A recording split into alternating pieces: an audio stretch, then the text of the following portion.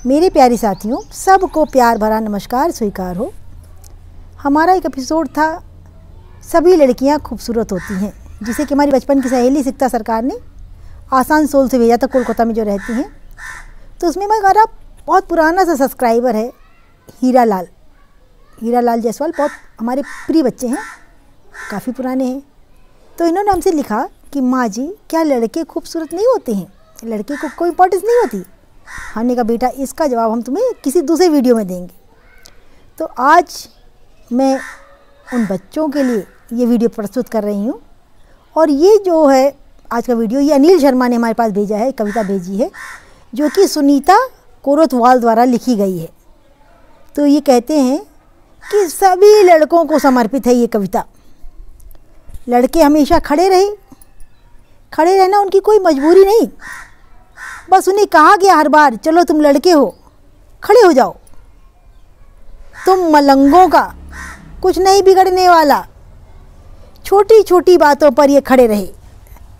कक्षा के बाहर, स्कूल विदाई पर जब ली गई ग्रुप फोटो, लड़कियां हमेशा आगे बैठी और लड़के बगल में हाथ किए पीछे खड़े रहे। ये तस्वीरों में आज तक खड़े हैं। कॉलेज के बाहर खड़े होकर करते किसी लड़की का इंतज़ार, या किसी घर के बाहर घंटों खड़े रहे एक झलक, एक हाँ के लिए। अपने आप को आधा छोड़ वे आज भी वहीं खड़े रह गए हैं। बहन की बेटी की शादी में खड़े रहे, बहन बेटी की शादी में खड़े रहे मंडप के बाहर बारात का स्वागत करने के लिए। खड़े रहे रात भर हलवाई के पास, कभी भाजी में कोई कमी ना रहे। खड़े रहे खाने के स्टॉल के पास, खड़े रहे खाने के स्टॉल के साथ, कोई स्वाद कहीं ख़त्म ना हो जाए। खड़े रहे विदाई तक दरवाजे के सहारे और टेंट के अंतिम पाइप के उखड़ जाने तक। बेटियां बहनें जब लौटेंगी वो खड़े ही मिलेंगे। वे खड़े रहे पत्नी को सीट पर बैठाकर, बस या ट्रेन की खिड़की थामकर।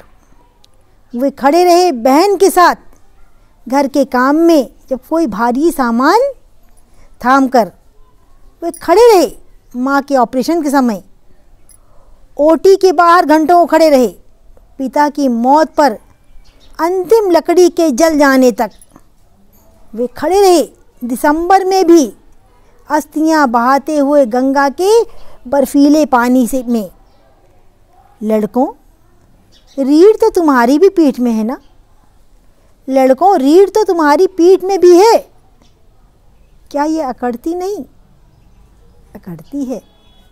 तो देखो, बड़े ही मार्मिक शब्दों में सुनीता कोरोथवाल ने अपनी ये कविता लिखी। कितना इसमें लड़कों का दर्द छुपा दिया कि शायद ये कोई पति ऐसा हो जो कहे कि तुम खड़ी जाओ, मैं बैठ जाता हूँ। नहीं, वो अपनी सीट अपनी पत्नी को देता है, तुम बैठो। सही बात है, लड़के लड़कियाँ दोनों ही सब अच्छे हैं। कहते ईश्वर ने दो रूप बनाया, एक पुरुष एक नारी, तुम ही बता दो हे राजन, किसका पलड़ा भारी। तो दोनों ही एक दूसरे के बिना अधूरे हैं। जिस घर में बहन नहीं होती है, भाई को भी खलता है कि आज रक्षाबंधन पर मेरी कोई बहन होती तो मेरी कलाई सुनी ना होती। बहन को भी खलता है, काश मेरा कोई भाई होता। तो पिता के बाद एक भाई ही होता है जिसके साथ बहन अपने आप को पूरी तरह सुरक्षित महसूस करती है। तो भाई, मैं तो यही कहूँगी हीरा लाल बेटा, और इसमें मेरे जितने भी बच्चे हैं, कि लड़के और लड़कियाँ दोनों ही अच्छे होते हैं। और सबसे अच्छा वो होता है जो अपने कर्तव्यों का पालन करता है। तो आप लोग को अनिल शर्मा का ये आर्टिकल कैसा लगा, आप लोग हमें कमेंट बॉक्स में लिख के बताना। अब तो हमें उम्मीद है कि किसी बच्चे को शायद शिकायत नहीं होगी। और हाँ, आप लोग भी लिख के मुझे बताना कि आपके घर में जो लड़के हैं, जो पुरुष हैं, वो आप लोग के साथ सहयोग करते हैं कि नहीं।